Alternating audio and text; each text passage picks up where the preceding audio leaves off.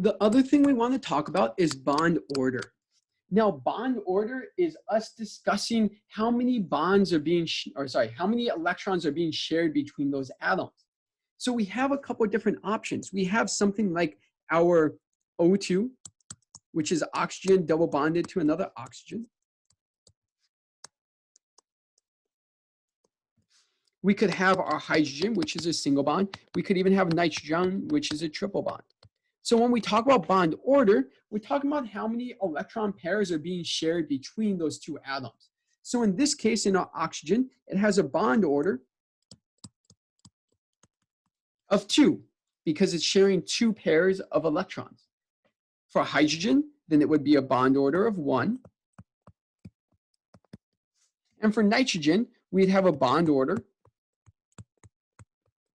of 3.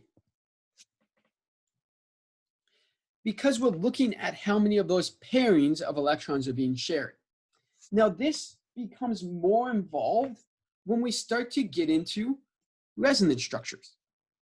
Let's look at ozone. Ozone has a Lewis structure that looks like this.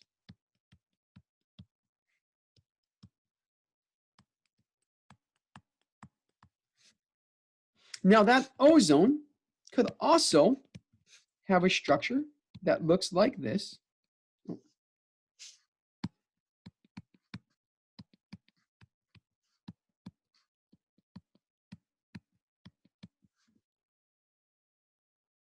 What it can't have, though, is a structure that looks like this.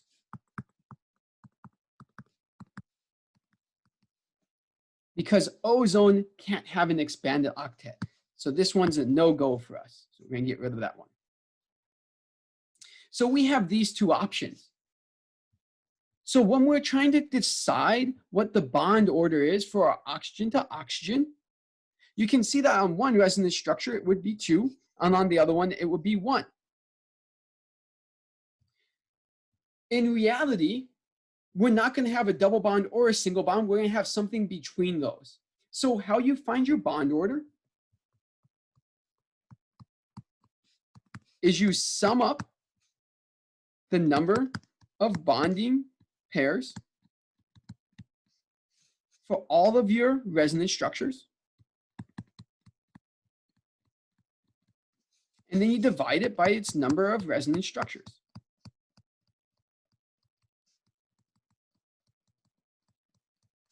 So in this case, we have 2 from that first structure. We have 1 from the next. So that's 3 bonding pairs. We have 2 resonance structures. So our bond order is going to be 1.5.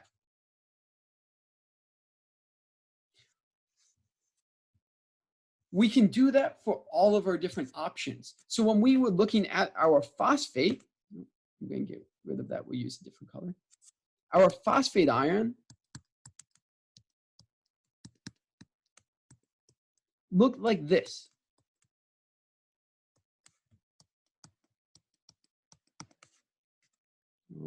Too many double bonds there. There we go.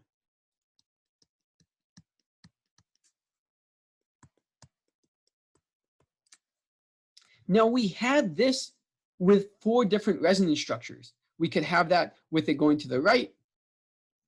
We could have it going down.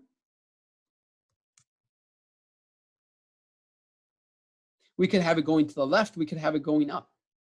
So when we look at that, that means that for our P to the O bond, we have 1, 2, 3, 4, 5 of those bonding pairs being shared. We had 4 different options. It could face to the right, face down, face left, it could face up for the double bond.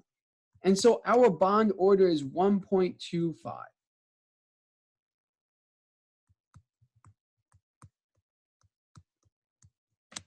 Now, the higher your bond order, the shorter your bond is going to be, the harder it will be to break that bond, just like what we saw between a double bond versus a triple bond. So as your bond order increases, then it becomes more difficult for us to break, and the shorter that should become.